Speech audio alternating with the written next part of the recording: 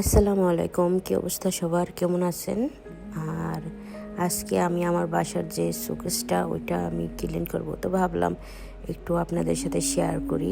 এই শোকেসটা ক্লিন করি না অনেক অনেক দিন হয়ে গেছে। যেমন তো ময়লা, আমার যত বর্তন আছে সবগুলিও অনেক ময়লা হয়ে গেছে আর এলোমেলো, মানে এখন কিছু রাখতে গেলে জায়গাও থাকে না ভালোভাবে। তো যাই হোক, আমি অনেক দিন ধরে ভাবতাছি প্রায় এটা আমি ক্লিন করি না, 1 বছরের বেশি হবে। তো ভাবলাম ধরি, কারণ এটা ক্লিন করতে যে অনেক টাইম লাগবে সেটা আমি জানি। 3 থেকে 4 ঘন্টা লাগবে এই শোকেসটা ক্লিন করতে। তারপর ওই দিন আমি সাহস করে ধরে ফেলছি, আমি চলো সমস্যা নেই, যদি একদিনে না পারি তো আর একদিন বসে ক্লিন করব, তারপর আমি ক্লিন করব। কিন্তু অবশেষে আমি একদিনই এটা পুরা 3 থেকে 4 ঘন্টা লাগছে, আমি পুরো শোকেসটা ক্লিন করে ফেলছি বর্তন সহ। কারণ এই বর্তনগুলি ধুইতে হয়েছে, বর্তনগুলি কালারও ভুলিয়ে গেছে।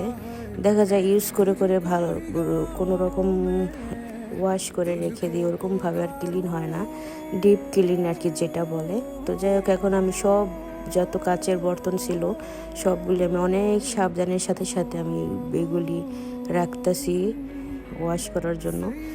তো আমি সব বর্তনগুলি বের করে রাখছি।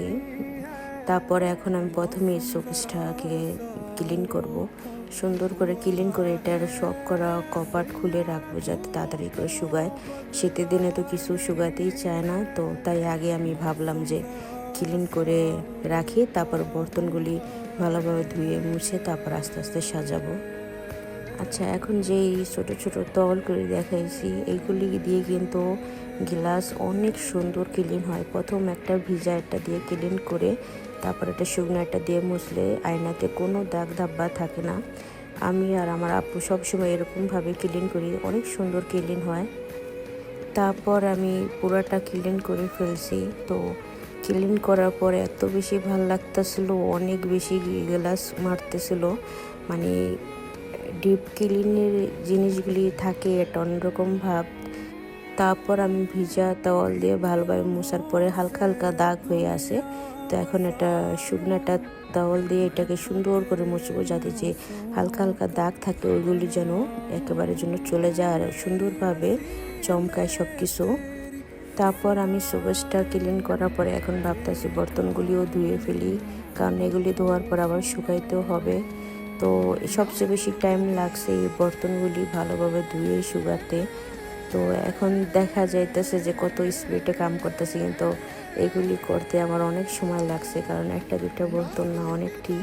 তো যাই হোক, আমি এইভাবেই সবগুলি ক্লিন করে নিতেছি। তারপর আমার যত কাচের বর্তন ছিল সবগুলি আমি সুন্দরভাবে ধুয়ে তারপর এখন আমি সাজাইতেছি। তো সাজানোর সময় আমি অনেক বেশি কনফিউজ ছিলাম যে কিভাবে সাজালে বেশি ভালো লাগবে, কিভাবে সাজালে দেখা যায় জায়গাগুলি একটু কম লাগবে। কারণ আমি ইদাদিং আমার বর্তন রাখার জায়গা পাই না, অনেক বেশি হয়ে গেছে, তাই আমি এখন কেনাও বন্ধ করে দিছি। তো এখন আমি যে কাপ সেটটা সাজাইতেছি এটা আমার আপু আমাকে বাংলাদেশ থেকে এনে দিয়েছিল। আর এছাড়া সব যত কাঁচের বর্তন সবগুলি আমি ইটালি থেকে কিনেছি। অনেকেই বলে ইটালিতে ভালো কিছু পাওয়া যায় না, কিন্তু ইটালিতেও অনেক কিছু পাওয়া যায় যদি ঘোরাফেরা করে অল্প অল্প করে কিনতে কিনতে জমে। তো এখন আমি পুরো শোকেসটা সাজিয়েছি। তো আমার আশেপাশে আরও অনেক বেশি নোংরা হয়ে আছে, তো পরে সব কিছু ক্লিন করব, কিন্তু আগে শোকেসটা ক্লিন করার কাজটা আর কি আমি সেরে নিলাম। আমি অনেক সময় নিয়ে সাজিয়েছি যে কোনটা কোন সাইডে রাখলে ভালো হবে। তো যত বর্তন কাচের বর্তন ছিল ব্লু ব্লু কালারেরগুলি আলাদা সাজিয়েছি, কালোগুলি আলাদা, কিংবা যেগুলি গ্লাস কালার এগুলি আলাদা।